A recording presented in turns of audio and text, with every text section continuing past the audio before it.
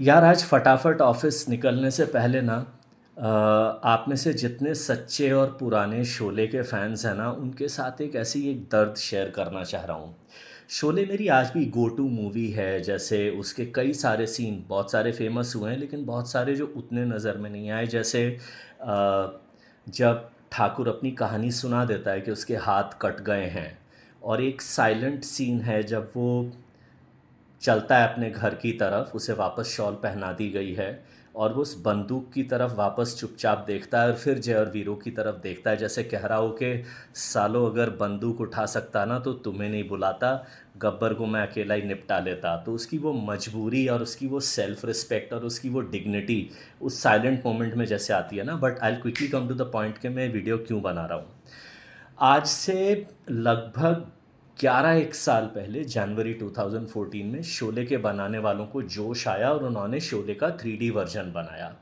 और बोलते हैं ना कि over enthusiasm is the biggest enemy of common sense, के सतही अकल मतलब अच्छी अकल का सबसे बड़ा दुश्मन आपका कभी कभी आपका जोश और आपका जज्बा हो जाता है। इन्होंने जो आर डी बर्मन का जो इतना महान बैकग्राउंड म्यूज़िक है, उसको इन्होंने जगह जगह उस फिल्म में बदल डाला।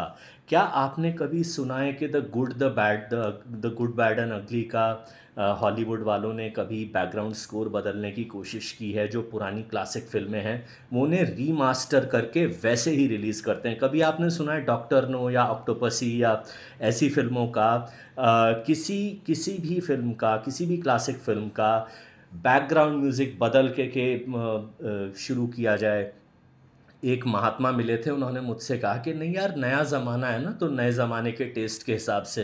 तो मैंने उनसे पूछा तो अबे क्या, क्योंकि अब तो ये कंप्यूटर ग्राफिक भी आ गए हैं, तो अब क्या तुम राधा और जय का ड्रीम सॉन्ग रेन सॉन्ग भी डालोगे क्या नए ज़माने के टेस्ट के हिसाब से?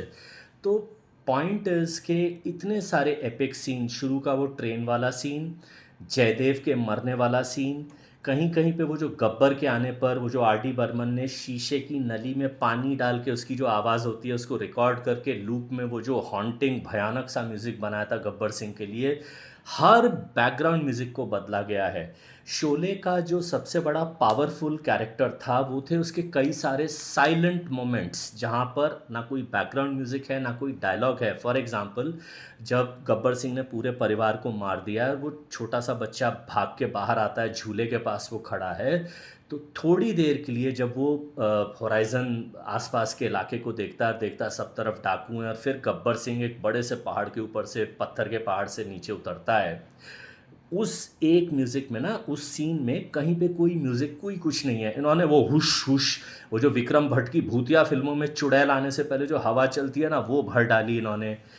कुल मिलाकर एक अच्छी क्रिएटिव फिल्म का जो इन्होंने क्रिएटिव बलात्कार किया है, इससे ज़्यादा स्ट्रॉन्ग वर्ड मैं यूज़ नहीं कर सकता, मतलब वो शर्मनाक था। और मुझे सबसे ज़्यादा चिढ़ हुई है कि पिछले, मैंने इसके बारे में कहीं पे लिखा भी, मैंने इसके बारे में बार बार ट्वीट भी किया, मैंने इसके, लेकिन मैंने देखा कि शोले के फैंस, दर्शक, कहीं पे ना तो कोई आवाज़ आई। दूसरी चीज़, ये जो शोले से जुड़े कुछ लोग हैं ना, जैसे ख़ासतौर से मैं एक नाम लेना चाहूँगा बहुत रिस्पेक्ट के साथ, श्री जावेद अख्तर साहब।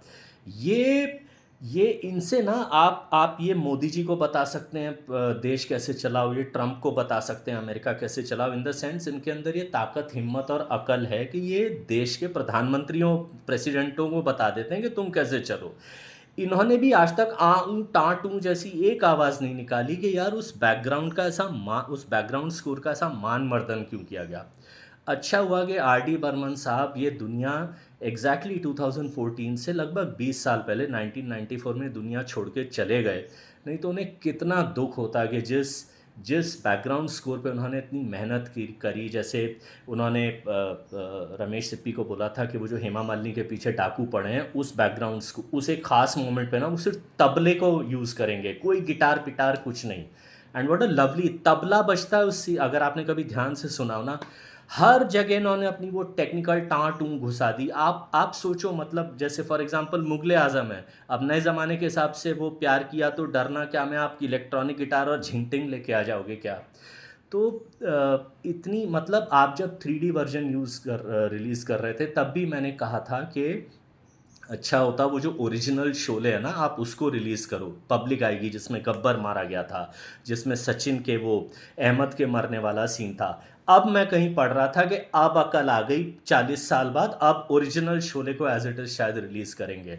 सबसे पहले ये करो प्लीज़, फॉर गॉड सेक, वो जो पुराना बैकग्राउंड स्कोर है जो आज भी इस घटिया टेक्निकल बैकग्राउंड स्कोर का आज भी बाप है, उसे प्लीज़ वापस डालो इस फिल्म में। नहीं तो मेरे जैसे लोग वो पुराने सीडी डीवीडी वर्जन ढूंढते ढूंढते शायद पागल भी हो जाएंगे, बट क्योंकि हमारा शोले की मोहब्बत तो कम नहीं होने वाली। पर क्या बेइंसाफ़ी की गई है, और क्या ये बड़े बड़े महारथी चुप बैठ गए इस बात के ऊपर, और इन्होंने एक आवाज़ नहीं निकाली। क्या बात है यार, वाह।